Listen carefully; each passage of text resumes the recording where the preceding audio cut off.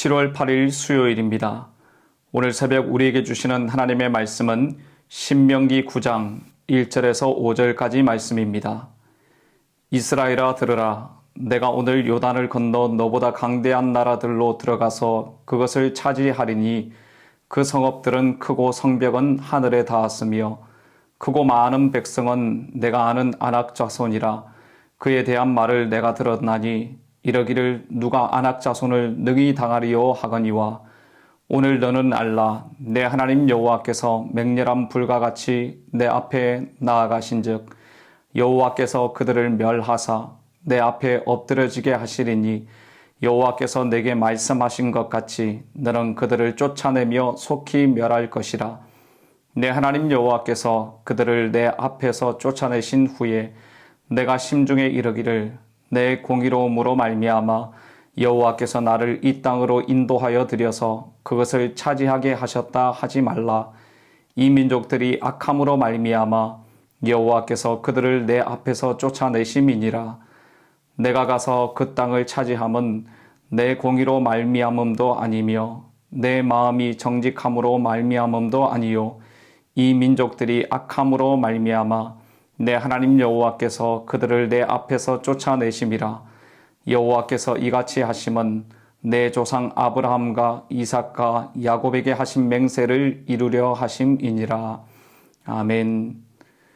모세는 가나안 정복을 앞두고 하나님께서 이스라엘에게 주실 승리와 함께 그 후에 찾아올 유혹에 대해서 말씀하고 있습니다.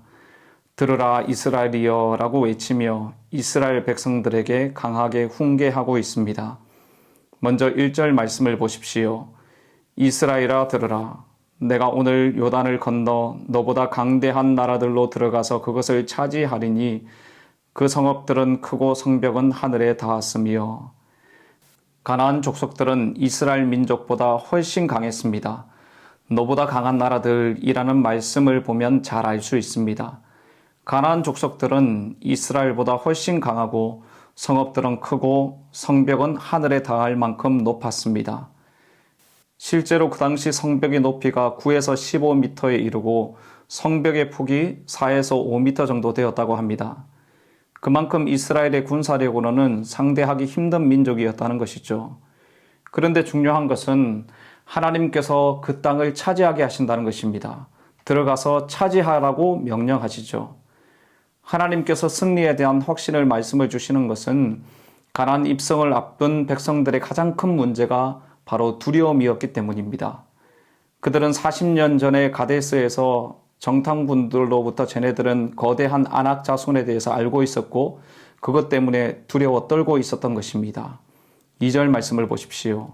크고 많은 백성은 내가 아는 아낙 자손이라. 그에 대한 말을 내가 들었나니 이러기를 누가 아낙 자손을 능히 당하리요 하거니와. 가나안의 족속들은 이스라엘이 상대하기에는 버거운 적이었습니다. 거인 족속인 아낙 자손들 앞에서 누가 능히 당해내겠냐고 하면서 두려워 떨고 있었던 것이죠. 그러나 걱정할 필요가 없습니다. 이스라엘 백성들이 지난 40년 동안 광야 생활을 통해서 배운 진리가 있기 때문이죠. 하나님께서 그들과 함께 하시면 세상의 그 어떤 적도 그 어떤 위기도 문제가 될 수 없다는 사실입니다. 하나님은 40년 전이나 지금이나 앞으로도 이스라엘을 위하여 싸우실 분이셨습니다. 3절 말씀을 함께 읽어보겠습니다. 오늘 너는 알라. 내 하나님 여호와께서 맹렬한 불과 같이 내 앞에 나아가신즉 여호와께서 그들을 멸하사 내 앞에 엎드려지게 하시리니 여호와께서 내게 말씀하신 것 같이 너는 그들을 쫓아내며 속히 멸할 것이라. 아멘. 오늘 너는 알라라는 것은 너는 알게 될 것이라는 말씀이고 또 이스라엘 백성들이 이미 하나님이 어떤 분이신지 알고 있다는 것입니다. 그러니까 너는 알라라는 이 말씀은 두려움이 아니라 그 두려움을 하나님을 신뢰하는 마음으로 믿음으로 바꾸라는 명령인 것입니다.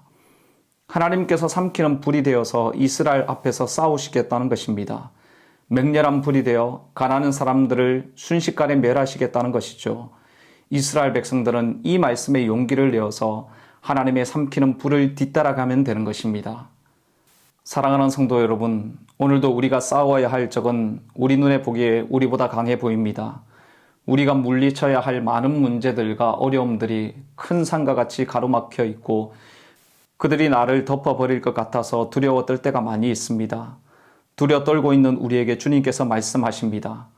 오늘 너는 알라. 내 하나님 여호와께서 맹렬한 불과 같이 내 앞에 나아가신즉. 오늘 우리도 알게 될 것입니다.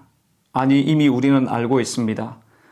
여기까지 우리의 인생을 인도하신 그 하나님의 인도하심과 역사하심과 은혜 베푸심을 알고 있습니다. 또한 우리 앞에서 싸우시고 승리하게 하실 그 하나님을 경험하게 될 것입니다.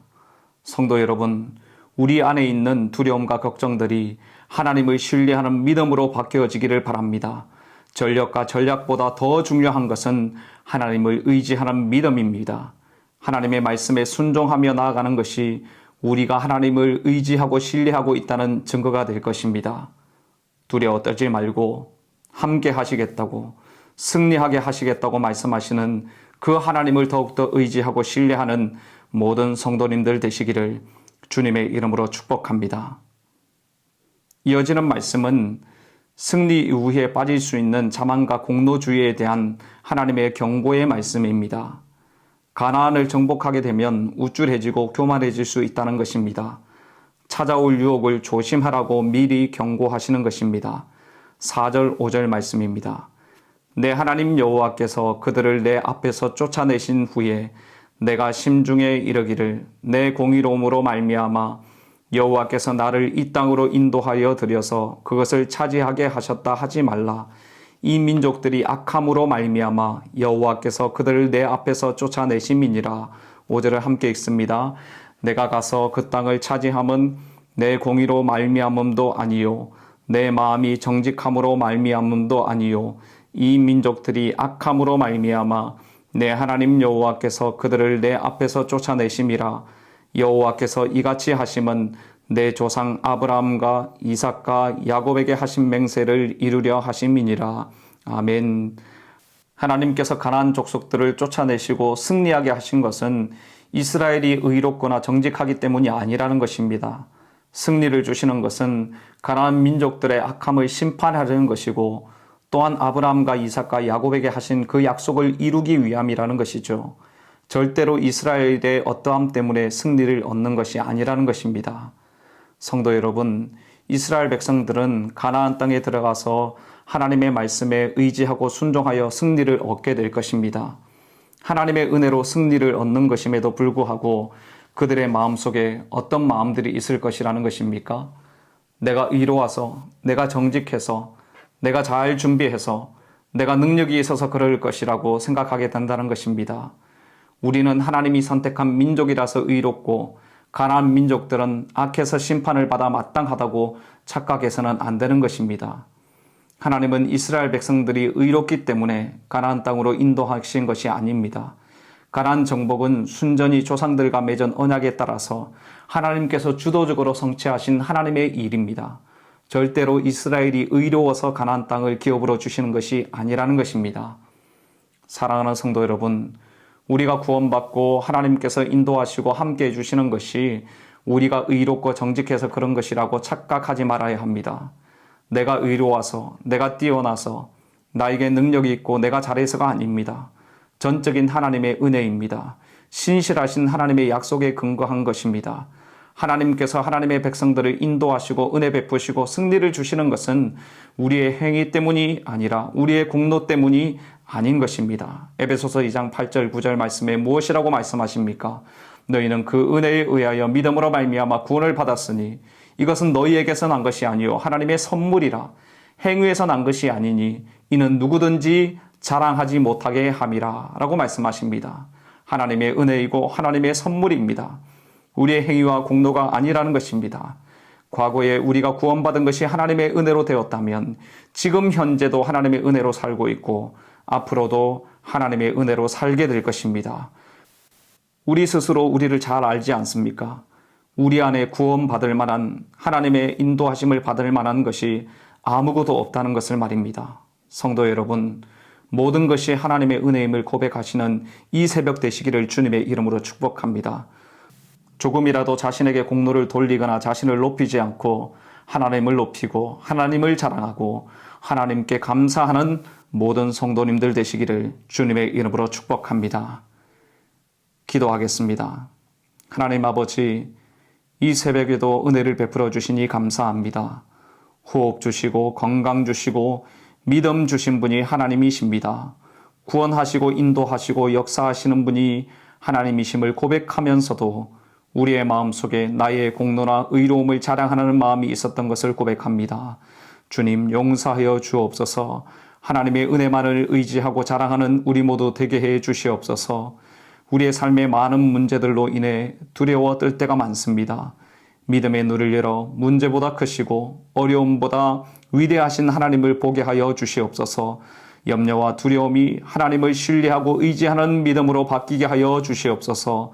오늘도 일하시고 역사하실 그 하나님을 믿고 기대하며 이 모든 말씀 예수님의 존귀하신 이름으로 기도드립니다.